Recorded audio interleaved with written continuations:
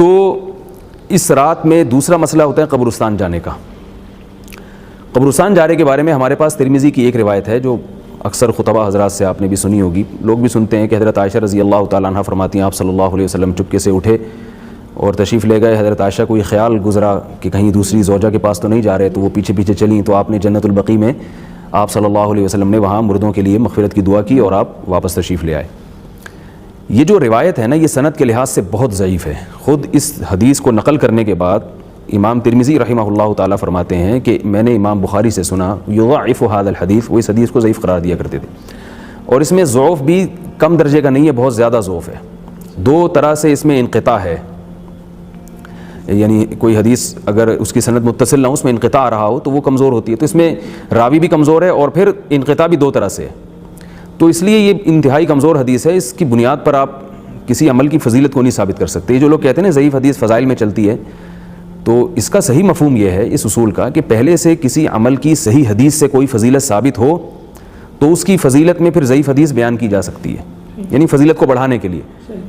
لیکن ایک چیز پہلے سے کسی صحیح روایت سے ثابت ہی نہیں ہے, اس کو ثابت کرنے کے لیے ضعیف حدیث کا سہارا ہم اگر لیں گے تو پھر تو ہمارا دین کیا بن جائے گا. تو روایات میں تو پتہ نہیں کیا کیا ملتا ہے, جو کمزور موضوع من گھڑت روایتیں ہیں, ضعیف روایتیں ہیں, تو پتہ نہیں کیا کیا ملتا ہے ان میں. تو ایسے تو پورا دین جو ہمارا بدعت کا ایک مجموعہ بن جائے گا. تو پہلے کسی عمل کو ثابت کرنے کے لیے کوئی ٹھوس روایت ہونی چاہیے, کوئی مستند روایت ہونی چاہیے.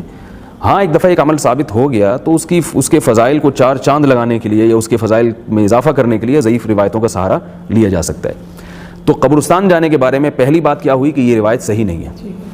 دوسری بات یہ کہ اگر آپ فرض کر لیں کہ یہ روایت صحیح ہے, یا آپ کہیں کہ نہیں ضعیف حدیث فضائل میں چلتی ہے اور آپ اس اصولی پر عمل پیرا ہوں اور آپ کہیں فضیلت ثابت بھی ہو سکتی ہے ضعیف حدیث سے, تو میں یہ عرض کرتا ہوں کہ نبی صلی اللہ علیہ وسلم نے جو کام کیا, صحابہ نے اس میں آپ صلی اللہ علیہ وسلم کو اگر فالو نہیں کیا تو یہ خود ایک اصول ہے کہ یہ چیز نبی صلی اللہ علیہ وسلم کی خصوصیت تھی.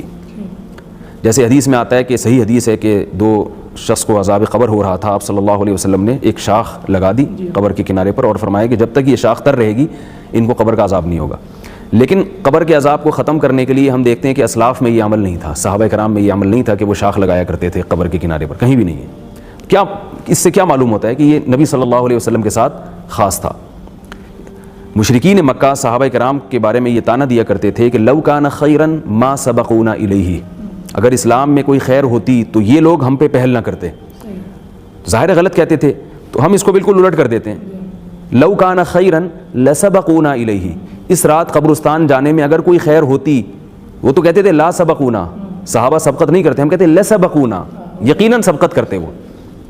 تو اس رات میں اگر قبرستان جانا سنت ہوتا تو حضرت ابو بکر تو جاتے, حضرت عمر جاتے, حضرت علی جاتے, حضرت عثمان جاتے, اور یہ صحابہ کرام کی ایک جماعت ہوتی جو جاتی, کوئی بھی نہیں گیا. تو اگر اس کو صحیح مان لیا جائے تو یہ نبی صلی اللہ علیہ وسلم کی خصوصیت ہوگی. تیسری بات, اس رات رسول اللہ صلی اللہ علیہ وسلم اگر قبرستان گئے ہیں, مان لیں, دیکھیں نبی صلی اللہ علیہ وسلم نے جو عمل جن کیفیات کے ساتھ کیا, اس عمل کا انہی کیفیات کے ساتھ کرنا سنت ہوگا. اس میں اپنی طرف سے آپ اضافہ کریں گے تو وہی سنت بدعت بن جائے گی. اب ہم دیکھتے ہیں کہ نبی صلی اللہ علیہ وسلم سے مان لیا جائے, فرض کر لیا جائے کہ قبرستان گئے تو پوری زندگی میں ایک دفعہ گئے, اور یہاں پبلک ہر سال جاتی ہے, تو آپ پوری زندگی میں ایک دفعہ چلے جائیں, ہر سال جا رہی ہے. چوتھی بات یہ کہ نبی صلی اللہ علیہ وسلم اگر زندگی میں ایک بار گئے ہیں تو چپکے سے گئے ہیں. حضرت عائشہ کو بھی علم نہیں ہوا تھا, حضرت عائشہ کو بھی, جو حدیث کے الفاظ ہیں, آپ صلی اللہ علیہ وسلم چپکے سے گئے اور رات کے اندھیرے میں مغفرت کی دعا کر کے واپس آ گئے.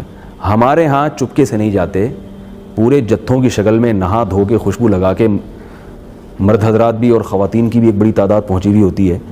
اور یہ کون سی حدیث ہے بھائی؟ یہ تو نہ کسی ضعیف ہے نہ کسی صحیح حدیث ہے.